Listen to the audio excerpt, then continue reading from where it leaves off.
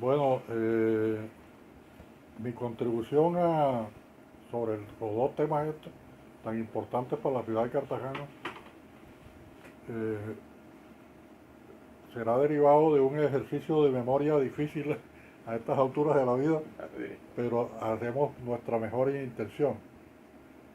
Eh, la bahía de Cartagena fue utilizada, y en eso José Enrique dará fe con mayor precisión, como receptor de las aguas servidas de la ciudad de Cartagena, en época en que la ingeniería nuestra e incluso del mundo se, no tenía los avances suficientes para saber que era un daño irreversible que se le estaba haciendo a la ciudad de Cartagena derramando las aguas servidas en su bahía. Pero así fue, y estamos hablando de una ciudad muy distinta a la que soy, ¿no?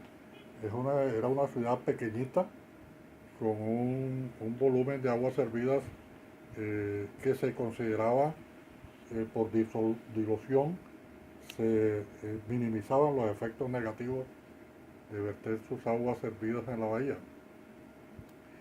Pero el tiempo pasó y las inquietudes generadas especialmente en los ingenieros que teníamos algo que ver con el desarrollo de la ciudad de esa época, eh, creamos la inquietud y yo no fui ajeno a esas inquietudes profesionales. De ahí pues que en una oportunidad que por razones de mi vinculación con la Universidad de Cartagena, Facultad de Ingeniería, de la cual soy egresado de primera promoción y luego ejerciendo la decanatura de ella con posterioridad a mi vinculación con el Hospital Universitario de Cartagena, de la cual fui, digamos, lo que hoy se conoce como gerencia de proyectos, que en esa época no se conocía sino la función de interventor. Y como en calidad de interventor, realmente desarrollamos una función de gerencia de proyectos que culminó con la entrega de la edificación que todavía existe, afortunadamente, en condiciones óptimas de construcción. eh, y se traía, las directivas del hospital decidieron traer al doctor Haroldo Calvo Núñez a la ciudad de Cartagena después de largos años de ejercicio profesional de él en Estados Unidos, y vino a hacerse cargo de la apertura del Hospital Universitario de Cartagena, con lo cual tuvimos unos meses de amplio contacto diario, y que me permitieron, como anécdota especial, ser el conocedor de pronto de la primera persona ajena al doctor Galvo cuando lo designaron ministro de Salud Pública por parte del gobierno de López Miquelsen. Retomando eh, la memoria, historia de memoria, eh, con el doctor Calvo Núñez me ligó una especial vinculación personal profesional a su llegada al Ministerio de Salud Pública. Y quiso reiteradamente llevarme a Bogotá a que lo acompañara en la dirección hospitalaria. Y yo nunca he sido muy amigo de abandonar Cartagena, y en esa oportunidad no fue la excepción. Eh, pero él tenía mucha fe en mí, y tenía también las inquietudes del beneficio de la ciudad y entonces estando yo ejerciendo la decanatura de la Facultad de Ingeniería, hizo que la OPS me brindara la oportunidad de hacer una correría por algunos países americanos para específicamente ver y estudiar soluciones de saneamiento en general. Y en esa gira que hice en compañía de los ingenieros Antonio Pafranco y Arnold Mestre Carrasquilla, a la razón compañeros de profesorado de la Facultad de Ingeniería Civil de la Universidad de Cartagena, pasamos por Río de Janeiro y siempre atendidos por funcionarios de la OPS en todos los sitios a los cuales llegábamos.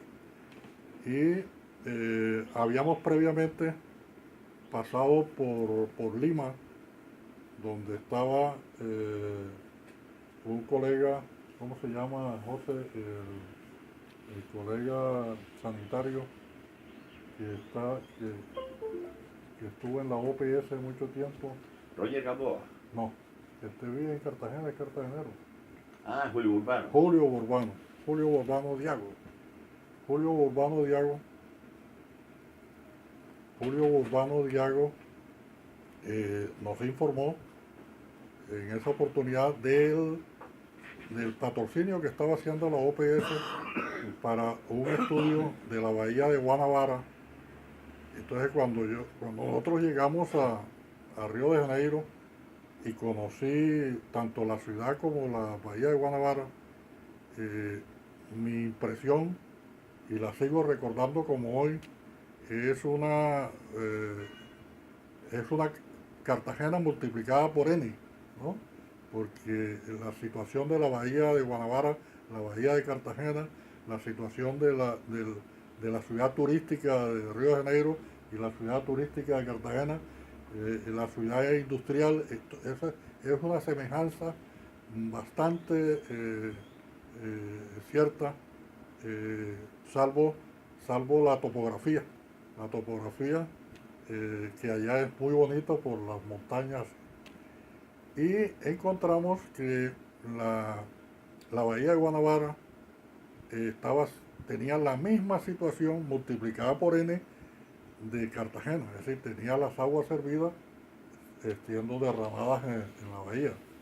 Y la OPS estaba patrocinando al gobierno de Brasil un estudio de calidad del agua de la bahía, que era en ese momento, digamos, la tecnología de punta para identificar qué tanto daño estaba ocasionando el vertimiento de agua servida en la bahía de Guanabara.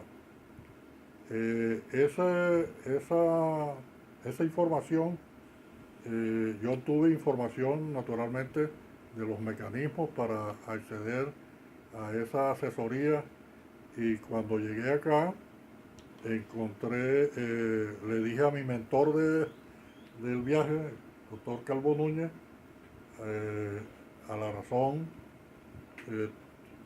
ministro de Salud, y él no logró, como ministro de Salud, canalizar los recursos para el patrocinio de esos estudios, que valían unos pesos, y como siempre, la dificultad siempre, especialmente de estudios en este país, ha sido eso. Pero a la llegada de él a la gobernación de Bolívar, ¿no?, se acordó de que eso estaba pendiente y me llamó nuevamente, y hicimos las gestiones conducentes a armar el proyecto ya con financiación del departamento de Bolívar, ¿no? Ahí a partir de ahí que yo, esa parte que yo recuerdo de la vinculación muy activa y muy provechosa del, del ingeniero José Rizo y su la posterior realización de ese estudio que viró bastante en cuanto a su concepción inicial, pero se desarrolló y que permitió culturizar, diría yo, a la ciudad de conceptos, de los conceptos que hoy día afortunadamente se está hablando con mucha insistencia en todo el mundo de lo que son los efectos nocivos de la contaminación. Yo recuerdo que en lo personal me llamó poderosamente la atención cuando hicimos los primeros pininos de este tipo de estudios, que la primera pregunta que le hacen al dueño del cuerpo de agua es: ¿usted para qué quiere, para qué tiene destinado ese cuerpo de agua, ¿no?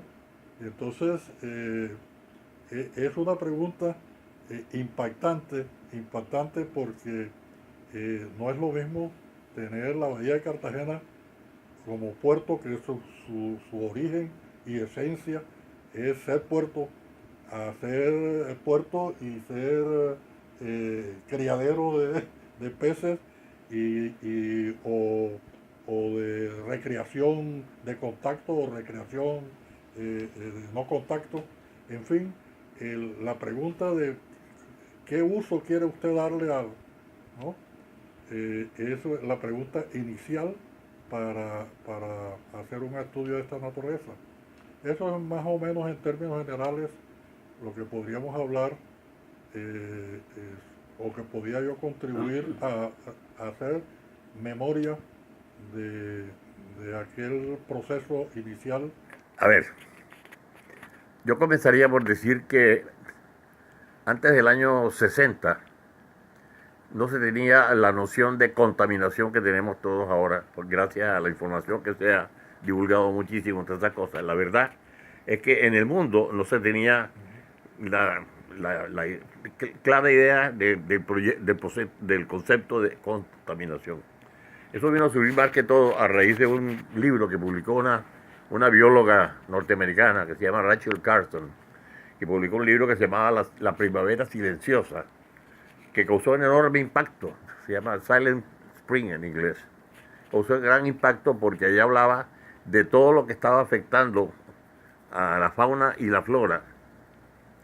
La aplicación de DDT para combatir pestes, para combatir mosquitos y combatir toda esa clase de insectos y cosas de esas.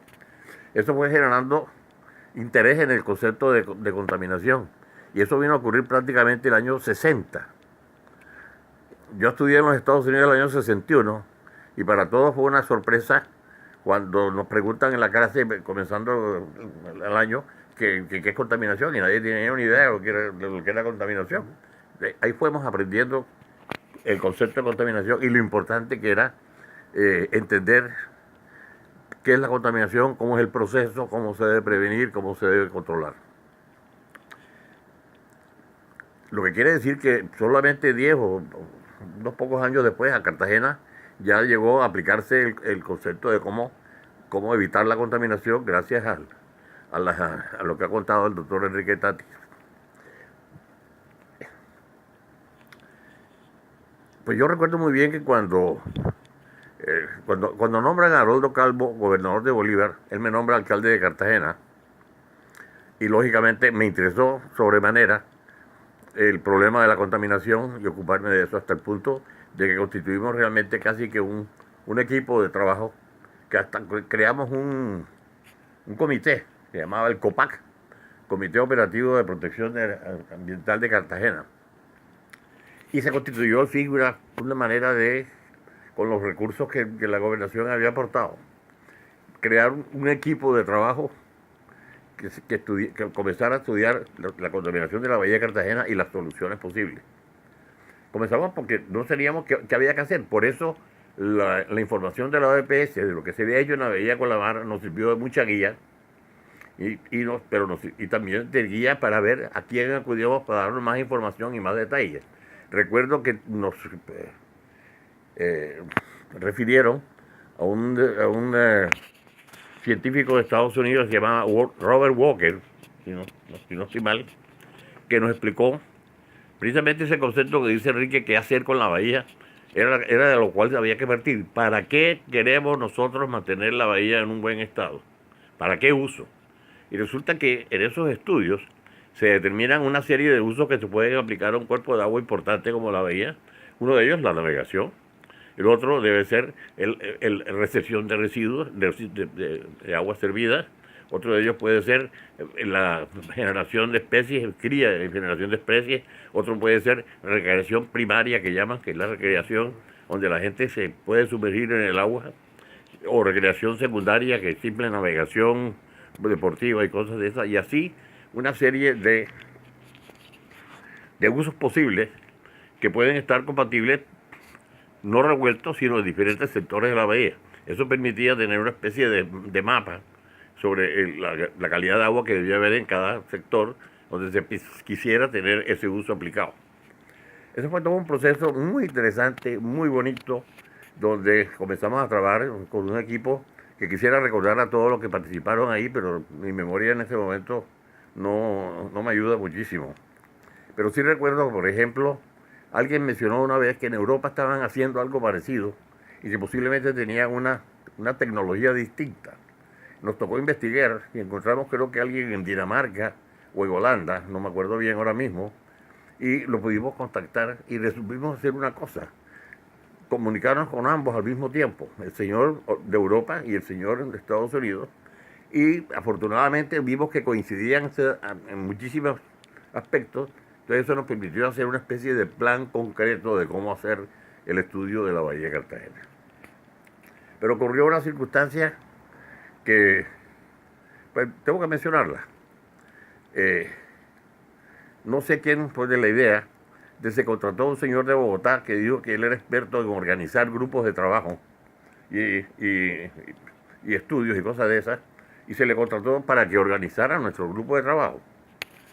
Pero con el correr del tiempo, ¿qué fue pasando? Que el señor ese se fue apersonando del estudio y preparándolo todo, y preparando los informes y todas esas cosas como si fuera realmente casi que el autor, y se logró hacer el estudio, pero ya no con la misma rigor científico, o diría, sí hubo rigor científico, porque obviamente los que trabajamos allí le metimos toda clase de esfuerzo profesional y científico que podíamos. Y se pudo establecer un informe final en la cual se encontraron, porque la causa principal de la contaminación de la bahía de Cartagena eran dos, prácticamente: los desechos del alcantarillado o industriales que se estaban botando a la bahía, y el canal del dique. Entonces el canal del dique era uno de los causantes de la contaminación fuerte, que dio pie al interés también sobre el canal del dique.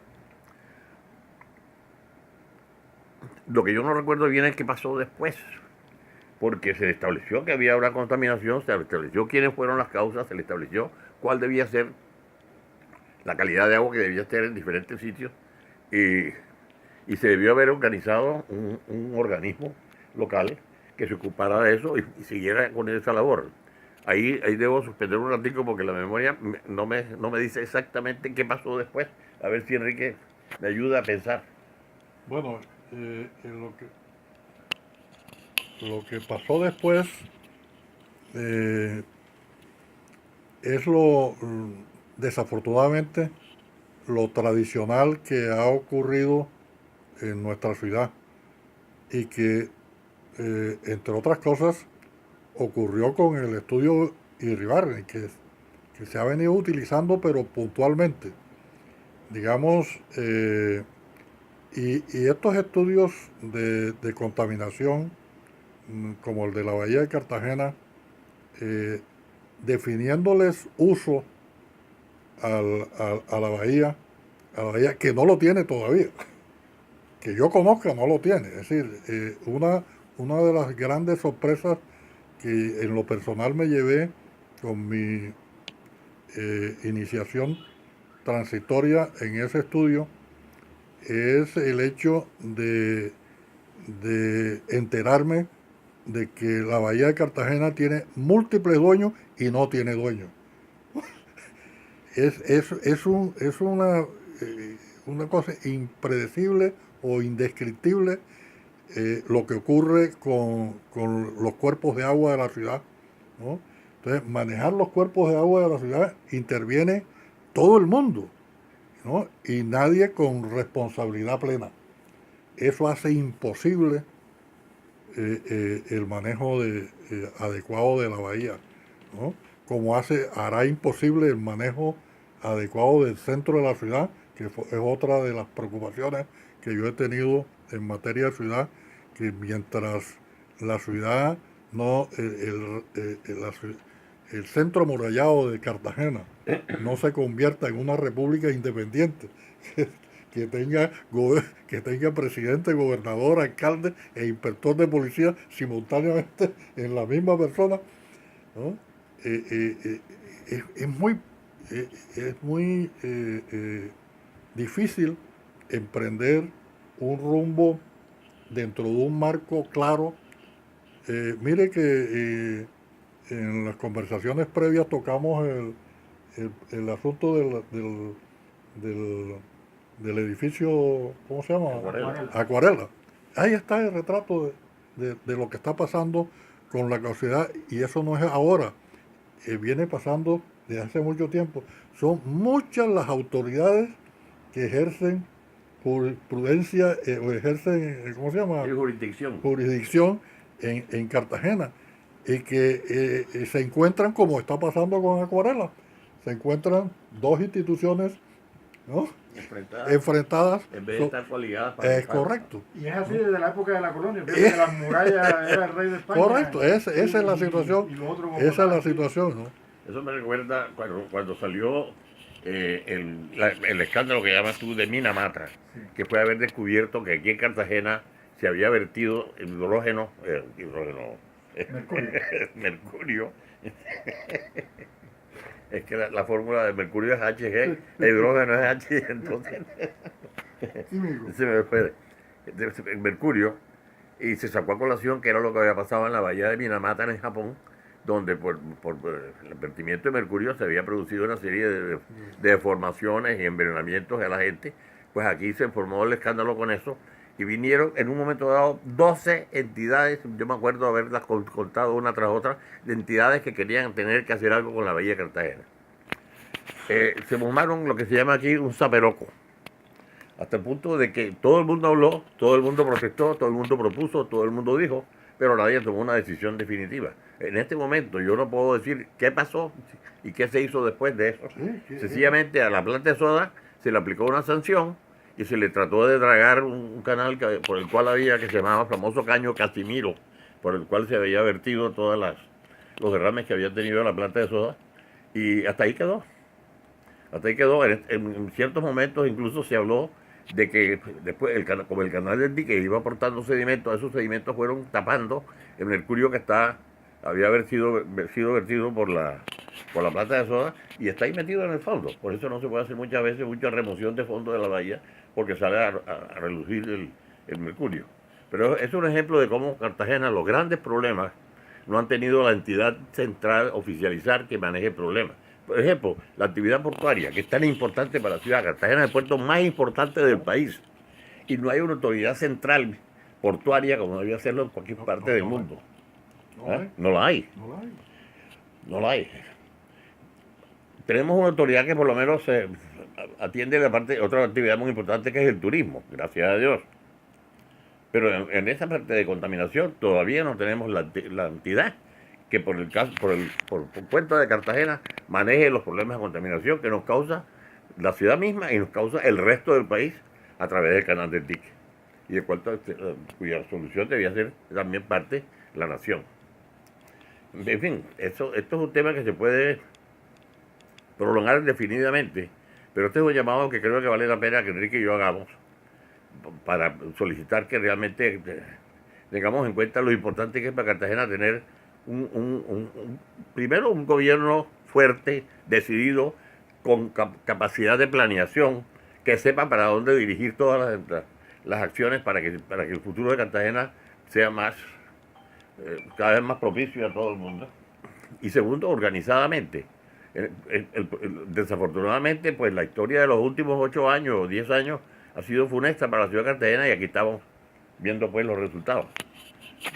La pregunta del $1.000.000. Bueno, ¿por dónde empezar para llegar al fin del tema este de la contaminación de los últimos 50 años? Casualmente me van a mandar un documento en el cual hace una especie de compilación sobre lo que se ha podido reunir sobre el problema de contaminación de la Bahía de Cartagena. Y casualmente se ha generado en Cartagena un grupo de ingenieros sanitarios y ambientalistas que están preocupados por el tema, y me han pedido el favor de venir acá como para comenzarse a organizar. A mí me parece que este es un punto de arranque fabuloso para tener por lo menos un equipo profesional que conozca del problema, que se entere del problema y que pueda participar en eso. Yo he tenido multitud de intervenciones con los alcaldes, ofreciéndoles lo poco que sé sobre el tema, incluso gratuitamente si era el caso, y hasta ahora no ha habido la receptividad suficiente para lograr algo efectivo. A raíz de esta entrevista, me parece que es prudente reunir a este grupo, plantearles la inquietud, mostrarles toda la información que me han ofrecido, tras la que yo tengo aquí, que hay bastante, y no está la de la oficina, que no me la han mandado todavía. En todo caso, el tema es tan largo que yo no sé para dónde seguir. Realmente me pierdo un poquito. Cuando se fue a hacer el alcantarillado de Cartagena, el año de 1948 se diseñó el alcantarillado moderno en la ciudad de Cartagena. Y se tuvo la idea de que todo el alcantarillado se recogiera y vertiera. Había dos opciones: verterlo directamente al mar afuera o verterlo dentro de la bahía. Se consultó entonces a un científico, a un ingeniero muy reconocido de Estados Unidos, de Boston, que se llamaba el doctor Kennison. Y se le planteó el caso de Cartagena, la característica de la bahía, la profundidad, la localización de la ciudad con respecto a la bahía, el mar, etcétera, etcétera. Y él sugirió que el emisario submarino podía quedar dentro de la bahía siempre y cuando tuviera suficiente profundidad para que el cono de dilución, que es el cono que se va formando cuando las aguas se vierten dentro del mar y van subiendo como si fuera el humo de una chimenea, se fuera diluyendo, y eso permitía evitar que la bahía se contaminara. Eso fue una idea realmente. Kennison estaba también aprendiendo, por lo que veo, porque el resultado que hemos visto aquí no ha sido lo que se esperaba.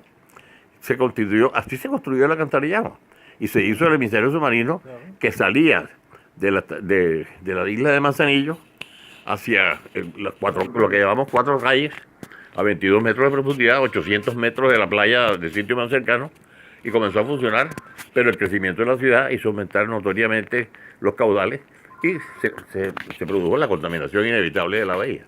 Eso es un tema que justifica más tener un sistema centralizado, una autoridad central que se ocupe del problema de la bahía de Cartagena.